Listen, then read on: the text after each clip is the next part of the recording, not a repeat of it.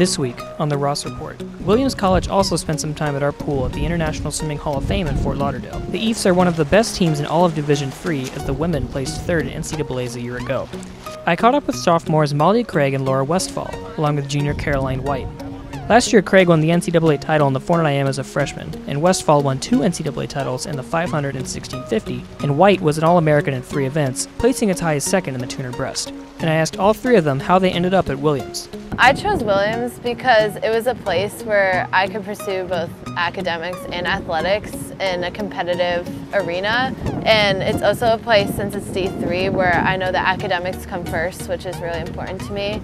But the athletics are very competitive as well. It's because I knew I wanted a small liberal arts school that valued academics more than athletics.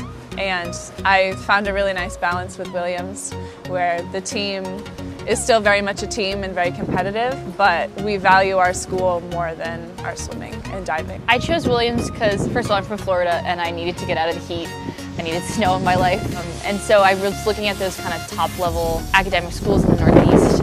And then on top of that, the swim and dive program here is just great. And so it was really just a perfect blend and combination of like super high academics and just elite level D3 athletics. Williams prides themselves on being a close-knit team among the men and women. So I asked Westphal, Craig, and White, what are some specific things that make the Williams team so great? Our cohesiveness between the men and women's team is really special here. We train together for the most part. Our intervals might be different, but the sets will be either similar or very much the same. And we really support each other across the teams and across the strokes and the distances. We're very much together rather than in our separate lanes. It's hard to kind of wrap into like just one answer what makes the team so special. They push me like no other. It's just really nice to be surrounded by people who are dedicated and working towards this one goal that we all have in common. And everybody's work ethic is incredible. So I just love being around them. I don't think I can say it into one word, but I'm so thankful for this team and everything that is given to me so far. I think just how bonded we are. I've talked to friends on other teams and they're not super close with their men's team or just like within their own teams.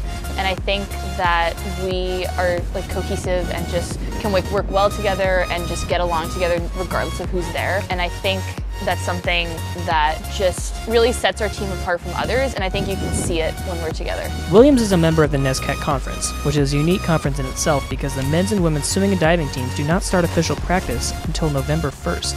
So how does a team handle such a late start to the season? Preseason gives us a really good opportunity to just kind of figure out our team dynamic of the year and just kind of like get to know who we are as a team before season comes and our coaches are on deck, and then we just like we hit the road running. I think without having a coach on deck, it forms this trust between us that we're doing what we're supposed to, and I think that's good for team dynamic. I enjoy having it start late. I think it gives us a good amount of time to focus on bonding as people and as teammates before we jump into the water, so we know what we're about before season starts. And with no coaches on deck, how does the team stay on task before their November start? So they're captain's practices, so we have 2 men and 2 women's captains, and every day it's a captain's turn to write the set. And in the beginning it's just the captains, but then it kind of opens up to upperclassmen as well. So like I wrote a couple sets this year, super stressful, but I think they went well. It's nice too because the captains have been around the block a couple times, and so they understand what coaches' sets are like. We start low, we build up in yardage, so it's a nice kind of like transitions phase to get back into like the swing of things. The NESCAC is also famously known for being a very tightly knit conference. All of the athletes do a cheer on deck at the NCAA championships, and everyone from every school supports each other. So what is it about the NESCAC that makes it so special? I've never been in another conference, so I can't really compare too well, but I think the NESCAC, the similarity between schools all being small, mostly liberal arts, valuing academics, a lot of people looked at other NESCAC schools before deciding on the one they attend. So I think there's a lot of respect between the schools and the athletes, and that helps us get along and be a conference at nationals rather than our separate teams. I think the NESCAC is special just because we're competitors, but we're also very respectful of each other. Like every year at NESCACs, we're like head to head, we're going at it, it's tough competition.